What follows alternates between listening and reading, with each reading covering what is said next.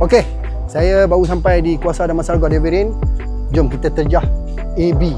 Saya rasa Messi dia tengah praktis. Let's go. Pelan-pelan dengan kita buat melejut.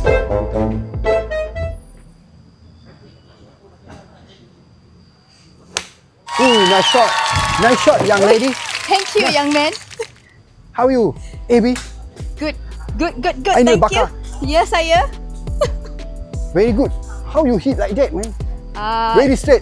Very Perfect. straight, right? Yeah. If only I can do that on the golf course juga lah. Can. Okay, I call you AB lah. Okay. Ainul Bakar. Betul. Okay, AB. Tadi saya nampak AB letak a few things dekat kaki, club ni. Ni tujuan ni untuk apa sebenarnya? Okay, there's something that I'm working on my swing. Okay. Where bila saya turun masa downswing tu, my tendency is always to angkat kaki kanan ni terlampau awal. Okay. So motif untuk saya letak kayu kat belakang ni, biar saya rasa bila saya turun tu, I put pressure on the club lah. So my right foot that means stays you more down. low lah. Yeah. Turun tu. Okay, that means all the golfers need to do this. Correct. Betul. So we don't go to the dancing fee, pop. Saya pukul satu. Pukul a few ball. Okay. Okay. Nice man. Solid contact. That's why you play in Europe. Yes, that's why I play in Europe. Orang kat luar tak tahu sebenarnya yang AB ni sebenarnya one of the player yang main dekat Eropah. Betul? Betul? Yang mana saya pun tak tahu bila dah sembang awak. Terkejut juga. Almost like how many years? I think about 9 ke 10 tahun lah. Lama. So 11 tahun lah tahun ni. So I think somewhere around there.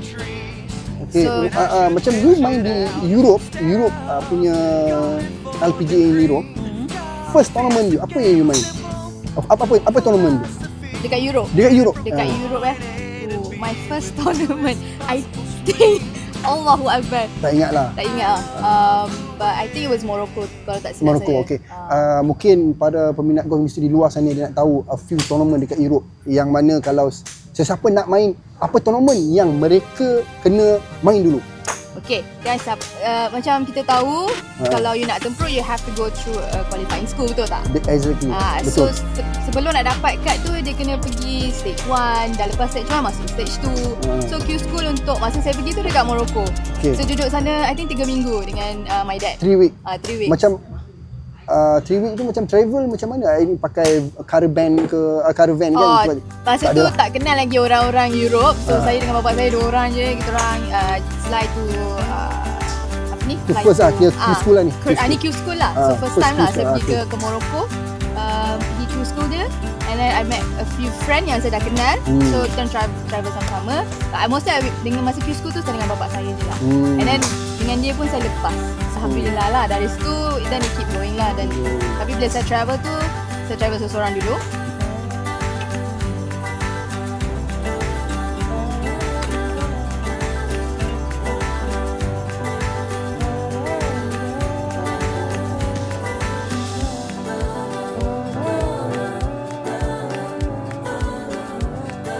And then it's very important to actually make friend when you travel. Betul tak bang? Betul. Takkanlah kita nak pergi seorang-seorang. Betul. Boring. Boring Duit kena duit bertambah. Kos bertambah. Yeah. You kena ada partner. Betul. So saya dapat dengan a few Thai girls yang dari Asia lah. So we start travelling together. Dari situ you get to know more people, you get to meet new people. So dari situ you grow your friend. The best achievement in Europe. Okay, so Ladies European Tour ni bang, dia ada 2 tier tau. Satu LET, dua tour. Macam ADT dengan Asian Tour lah. Okay, definitely. So masa saya main LET, the best achievement is I finished top 10 dekat India. I think so, dekat India. 2000, tak ingat. Tak apa. But masa saya main, macam kalau tak ada tournament, saya akan main yang second tier ni tau. So that means I will still have tournaments to play lah. So my first win in Europe was in Finland under Lat Access 2016. Okay. So your best performance lah. Best performance in Europe lah. Kalau dekat Asia, I think my first ever tournament win yang saya tak pernah boleh lupa is dekat Taiwan. To Asia. So my first ever overseas international win lah. Macam macam AB sendiri local tournament, how many tournament you win in pro? Tak tahu. Saya tak pernah kira bang. Yeah. Saya just like Untuk dia PGM pro kan, amateur banyak lah. I think like for PGM itu PGM saya rasa mungkin nak dekat 10 ke sampai dia lah. Oh, saya menang lah, saya 13. Okay. Ada tak masa main tu AB drop macam Demi pernah down, pernah sampai tahap nak give up, nak tinggal golf ni, campak golf back sejauh-jauh mungkin. Ada pernah level tahap macam tu? Macam mana, how you come back? Nak tahu tu. Ni sebenarnya orang ambil tip-tip ni sebenarnya ni. Yang mana yang main golf dapat double, triple ni, dia akan come back balik nanti ni. Macam mana, how you come back on that kind of orang kata down lah. Keadaan macam tu lah. Ya, nak come back double, triple tu senang guys. You just breathe there, let it go. Okay, whatever happen. Korang move forward je next tee box kan. Betul lah. You try to make birdie. For my career, yang paling saya rasa down sekali was actually 4 years ago. Masa saya pergi tee box, saya macam tak tahu bola tu nak pergi mana. Saya sangat-sangat macam stress. Saya masuk golf course je, saya punya anxiety is very very bad. That is when saya dapat anxiety. Sangat-sangat teruk. Saya ni nak pegang tee box dekat tee box saya menggigil. Saya tak tahu nak buat apa. So saya sebab tak cukup rest ke apa ke? Tak sebab bila saya on the tee, saya tak tahu bola tu nak pergi mana. So bila kita masuk padang golf, kita ada game plan ni semua kan. Like you already did your practice round and everything. Tapi di mana ni? Europe ke Europe, Asia? Di Europe. Ya. Sebab once saya dah masuk Europe, saya jarang main dekat Asia. Saya fokus kat satu dua je lah. So bila saya pergi on the tee, I don't know what to do. I literally macam gigil kan. And then I told myself that okay, I'm gonna pause for a while. I paused for a while because my anxiety was very very bad. Saya tak keluar rumah. Saya tak. No one knows about this actually. Saya tak share dekat orang. No one really knows. Sebab tak nak. I don't wanna tell them. Tapi it's actually good to share guys. So what you can do is you can learn from me and then it will help you. Itu sebenarnya kita nak. So what I did was I got, masa tu saya sakit dekat France. Saya tengah sakit. I don't know what happened. I think imbalance in my ear.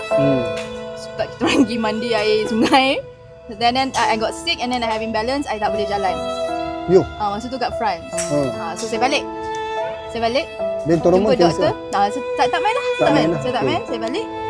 Jumpa doktor semua, nothing happen. Like everything is alhamdulillah, everything went all the test semua okay.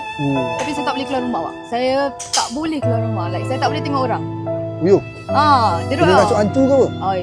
Alhamdulillah tak ada lah. Tak jumpa ustaz lagi time tu kan. Tapi it's my anxiety lah. Like I don't want to see people. Macam bila saya nampak orang je, saya rasa macam tak suka ramai orang lah. So I need to like, saya rasa macam oh my god, what's going on with me. So saya banyak buat yoga. Banyak, obviously kita sebagai orang Islam, kita sembahyang lah kan. Banyak doa. But for yang the other side is I do a lot of yoga and meditation. It helps. Saya buat benda tu every day. And then it took me about a year to fully come back. Not fully lah, I wouldn't say fully, but it's slowly becoming myself again lah. And then dari situ yang dari situ saya macam okay, I'm ready to go back out. Saya stop 6 bulan juga tak main tournament. 6 bulan? 6 bulan, saya tak boleh. Long, lama. But then I'm like, I need to finish. I need to come back and show myself that I can still do it. AB boleh kongsi sikit dah kepada para peminat golf New Zealand. How you training? Saya nak bagi dia orang kongsi sikit macam mana you punya latihan every day. Every day? Okay, masa saya tengah peak lah, peak tu I spend a lot of time, kalau let's say at the range, saya akan pukul 100 ke 150 biji bola saja. But I do a lot of drills guys. I don't simply just hit the ball. I make sure that what I do is something that I need to work on my swing. Definitely. So saya tak akan pukul 150 ni pop. I have to make sure that tak ada. So I do quality lah over quantity. And then obviously gym.